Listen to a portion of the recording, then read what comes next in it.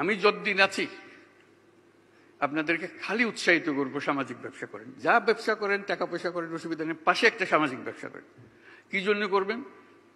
আপনার গ্রাম, আপনার থানা, আপনার উপজেলা, সেখানে মানুষের খাবার পানির যদি অভাব থাকে, আপনি একটা কাজ করবেন যাতে খাবার পানি মানুষে পায়, বিশুদ্ধ পানি পায়, চিকিৎসার সুযোগ পায়।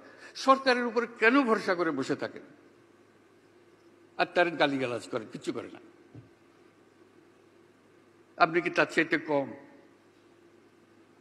সেটাই আমার প্রশ্ন। কি আসে যায়?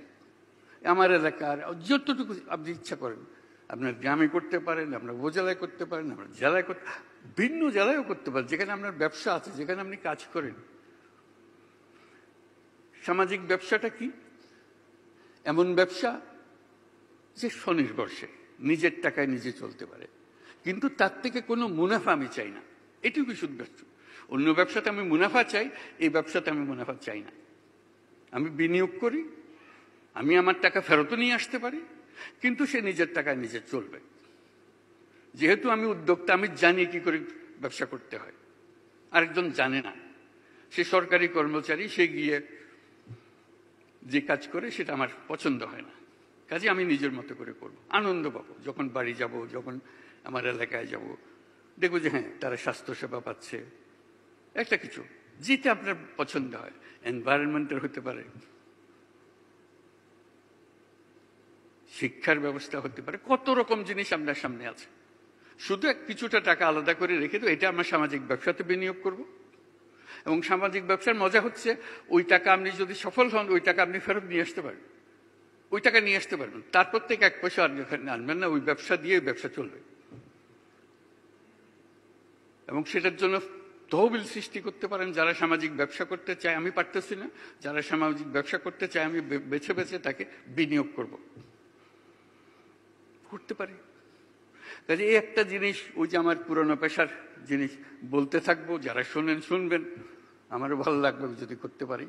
বিদেশে অনেকে করে, বিদেশে বড় বড় ব্যবসায়ীরা আমাদের সঙ্গে সামাজিক ব্যবসা করে বাংলাদেশে এসে, শুনেছেন বোধহয় দাননের কথা, ইউনিক্লোর কথা, ইউনিক্লোর দোকান আপনারা দেখেছেন, সামাজিক ব্যবসা তারা এখানে এসে করছে, যেহেতু তারা উদ্বুদ্ধ হয়েছে।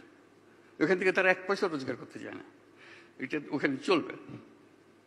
পানির ব্যবসা আছে, বিওলিয়ার পানির ব্যবসা এখানে। কাজে আমাকে জিজ্ঞেস করো, তোমার দেশের ব্যবসায়ীরা আসে না কেন? আমি যে আসবে, সময় আসলে আসবে, সান্ত্বনা দিই। এবং সেটার জন্য একটা নতুন কথাও বলি সবসময়, মানুষ শুনে কখনো হাসে, কখনো সিরিয়াসলি নেয়। আমি বলি যে making money may be happiness, টাকা রোজগার করা খুব আনন্দের জিনিস, making money is happiness, making other people happy is a super happiness.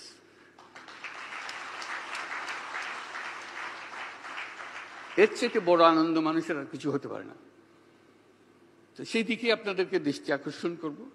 কিন্তু মূল লক্ষ্য, যে কটা দিন আমরা একসঙ্গে কাজ করতে পারি, এই নতুন বাংলাদেশের জন্য যা আছে তাই করব, যেন বলে যেতে পারি আমাদেরকে জীবনে এই দেশ আমাদেরকে একটা সুযোগ দিয়েছিল, আমরা সেই সুযোগ পূর্ণ ব্যবহার করেছি।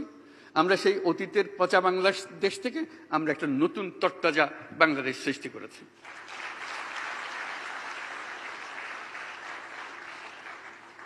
এবং এটা আমরা পারি, এটা কোনো গল্প না, কল্পকাহিনী না। আমার দৃঢ় বিশ্বাস, আপনারা যদি মন ঠিক করেন, খুব দ্রুত গতিতে এই নতুন বাংলাদেশ আমরা গড়ে তুলতে পারি।